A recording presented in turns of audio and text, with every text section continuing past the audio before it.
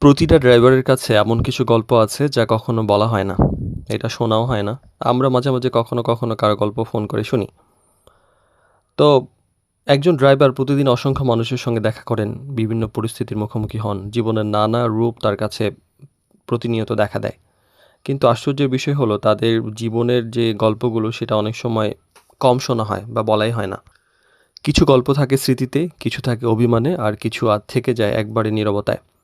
তো driver প্রোভাইডারবিলিটির steering life সিরিজের বাস্তব এবং মানবিক যে গল্প সেখানে ১০ম পর্বে আজকে কথা বলবো ড্রাইভারদের না বলা গল্প সম্পর্কে। তো তারা আসলে অনেক কিছুই দেখেন কিন্তু সব কিছু বলেন না। তো একজন ড্রাইভার কিন্তু বছরের পর বছর রাস্তায় থাকেন। তিনি মানুষের সফলতা দেখেন, ব্যর্থতা দেখেন, আনন্দের মুহূর্ত দেখেন, দুঃখের সময় দেখেন, সুখের সময় দেখেন। তো কিন্তু পেশাদারিত্বের কারণে বেশিরভাগ ক্ষেত্রেই নিজের মধ্যেই রেখে দেন এবং অনেক সময় দেখা যায় যে বলার সময় পান না। কিছু ত্যাগের গল্প কেউ অনেকেই হয়তো জানে না। অনেক ড্রাইভার আছেন যে নিজের অসুস্থতা লুকিয়ে কাজ করছেন, পরিবারের কষ্টের মধ্যেও ডিউটি করছেন, চোখে প্রচণ্ড ঘুম রেখে ডিউটি করছেন। ব্যক্তিগত সমস্যা কাউকে বলা হয়নি বা বলার সুযোগ হয়নি। কারণ দায়িত্বের ডাক আসলে অনেক সময় ব্যক্তিগত কষ্টের চাইতে বড় হয়ে দাঁড়ায়।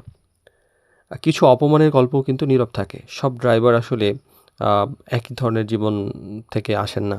কেউ সম্মান পান, কেউ হচ্ছে অবহেলার শিকার হন। কিন্তু কেউ আছে যে নিজের সম্মান রক্ষা করেই চুপচাপ থাকেন। কারণ প্রতিটি কথার জবাব দেওয়ার সবসময় হয়তো সম্ভব হয় না। আর এক্ষেত্রে কিন্তু কিছু ভালোবাসার গল্পও আছে। সব যে নেগেটিভ তা কিন্তু না। সব গল্পই কষ্টের নয়। অনেক ড্রাইভার আছেন যারা বছরের পর বছর একই পরিবারের সঙ্গে কাজ করে। পরিবারের একজন সদস্যের মধ্যে হয়ে যান। অনেক শিশুকে উনি একদম ছোট থেকে বড় হতে দেখেন। অনেক বৃদ্ধ মানুষের শেষ সময়ে পাশে থাকেন। আবার পরিবারের সুখ-দুঃখের সাক্ষী হয়ে থাকেন। তো এরকম গল্প আসলে আসে, মানে খুবই কমই আসে। এগুলা গল্প সাধারণত বাইরে আসে না।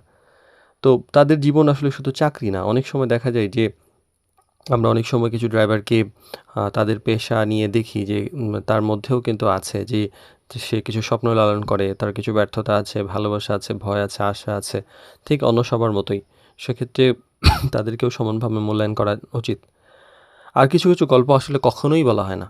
কারণ সব গল্পের ভাষা প্রকাশ আসলে মানে ভাষায় প্রকাশ করা সম্ভব না। কিছু গল্প আছে যে চোখের ক্লান্তিতে লেখা থাকে। কিছু গল্প একদম নীরব দীর্ঘশ্বাসে।